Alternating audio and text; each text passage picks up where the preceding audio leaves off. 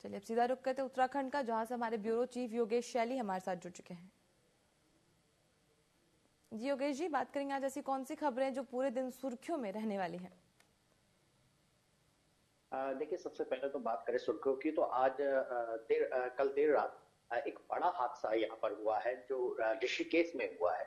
दरअसल यहाँ पर एक जो ट्रक था वो अनियंत्रित होकर के पास में ही जो वेडिंग पॉइंट था वहां पर जो वाहन खड़े थे उन पर इतनी जोर से टकराया कि उसमें करीब 6 लोग यहाँ पर घायल हुए हैं। और जबकि इसमें 2 लोगों की अब तक मौत होना बताया जा रहा है। और सबसे बड़ी बात यह है कि उत्तराखंड क्रांति दल के वरिष्ठ नेता भी इस हादसे में उनकी मौत हो गई है। त्रिवेंद्र सिंह पंवार यूकेडी के वरिष्ठ नेता हैं, काफी कद्दावर नेता माने जाते हैं। और इसके साथ ही आपको बताएं कि उत्तराखंड राज्य आंदोलन में इनकी महत्वपूर्ण भूमिका रही है। और आज जब ये हादसे की खबर जब सुबह सभी को मिली है तो उसके बाद से ही पूरे प्रदेश में शोक व्याप्त है। यही नहीं, मुख्यमंत्री पुष्कर सिंह धामी ने भी अपने ट्वीट के माध्यम से गहरा शोक व्यक्त किया है। और जो जिस तरीके से उनका जो योगदान उत्तराखंड राज्य बनाने को लेकर के रहा है उसको लेकर के सभी ने उनको याद किया है।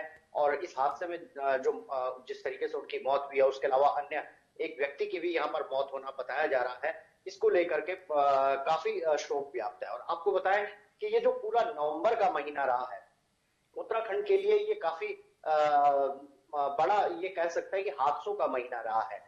क्योंकि यहाँ शुरुआती दौर से ही, चाहे वो अल्मोड़ा में बस हादसा रहा हो जिसमें करीब 55 लोग उस बस में सवार थे और 50 के करीब लोगों की मौत उसमें हो गई थी उस बस हादसे में।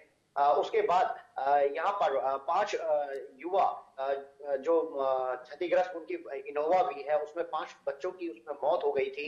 और उसके बाद फिर रुड़की में बारात की बस का हादसा हुआ है।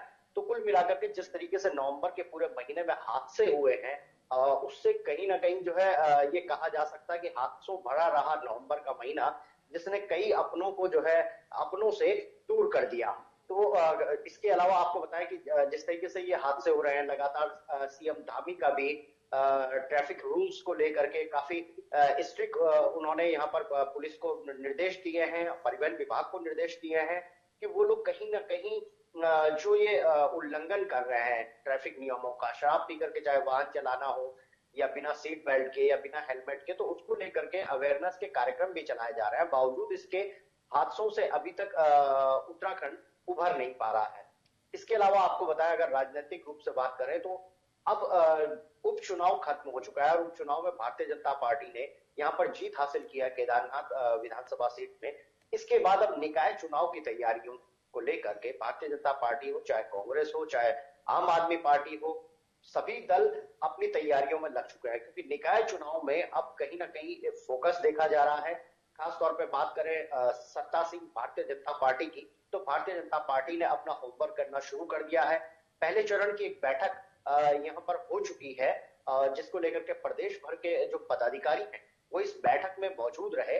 और पदाधिकारियों ने यहाँ पर बैठक की और जिसमें निकाय को लेकर के रणनीति यहाँ पर बनाई गई है कि आखिर किस तरीके से चुनावी रणनीति होगी। इसके अलावा जो प्रत्याशी होंगे, चाहे वो नगर निकायों की अगर हम बात करें तो जो मेयर पद होंगे उसके लिए किस तरीके का क्राइटेरिया रहेगा, कौन दावेदार होंगे जिनमें से चयन किया जाएगा प्रत्याशी का।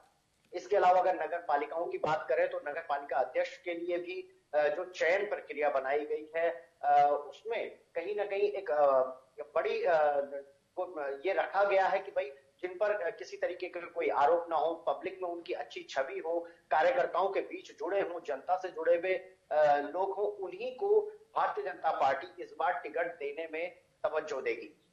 इसके अलावा जो ग्राम पंचायत स्तर के भी चुनाव होने हैं, ग्राम प्रधान के, वार्ड मेंबर्स के, ब्लॉक के, जिला पंचायत के, तो इनको लेकर के भी भारतीय जनता पार्टी ने अपना कहीं ना कहीं मैनिफेस्टो तैयार कर दिया है।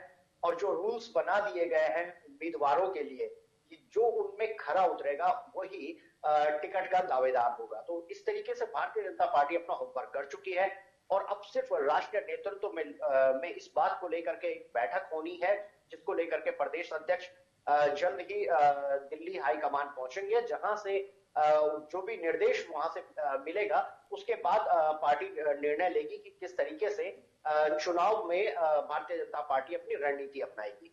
इसके अलावा भारतीय जनता पार्टी के अपने संगठनात्मक चुनाव भी होने हैं, इसको लेकर के भी जो रणनीति तैयार हो रही है उसको उसमें भी कई दावेदार सामने आ रहे हैं। खासतौर पर बात करें, प्रदेश अध्यक्ष का कार्यकाल पूरा हो चुका है, तो प्रदेश अध्यक्ष बनाए जाने हैं भारतीय जनता पार्टी के, तो उसको लेकर के एक बड़ा मंथन यहाँ पर चल रहा है, क्योंकि प्रदेश अध्यक्ष का एक चेहरा ऐसा होगा कि जिसके चेहरे पर ही चुनाव लड़ा जाएगा, सीएम धामी के चेहरे पर चुनाव लड़ा जाएगा, लेकिन प्रदेश अध्यक्ष की भी अहम भूमिका रहेगी। इसलिए एक ऐसा चेहरा सामने लाया जा रहा है जो चुनाव में बहुत हद तक जनता के बीच में प्रभावी चेहरा हो।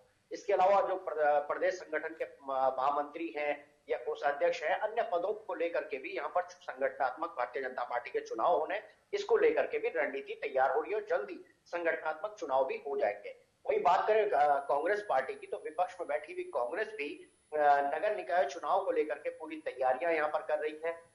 उनके पास भी दावेदारों की एक लंबी फहरिस्त यहाँ पर आ चुकी है, लेकिन कांग्रेस अब रिस्क नहीं लेना चाहेगी, इसलिए वो दावेदारों का जो चयन होगा वो काफी गंभीरता से लिया जाएगा, क्योंकि ये निकाय का चुनाव ही निर्णय लेगा या डिसाइड होगा कि 2027 के विधानसभा चुनाव में किस तरफ रुख जा रहा है और किस तरफ सरकार की तरफ कांग्रेस बढ़ पाएगी या नहीं बढ़ पाएगी, ये महत्वपूर्ण होगा। इसलिए निकाय चुनाव में यदि कांग्रेस अपना अच्छा प्रदर्शन करती है तो कहीं ना कहीं आगे का रास्ता जो कांग्रेस के लिए साफ हो सकता है। जी योगेश जी, तमाम जानकारियों के लिए आपका बहुत बहुत धन्यवाद।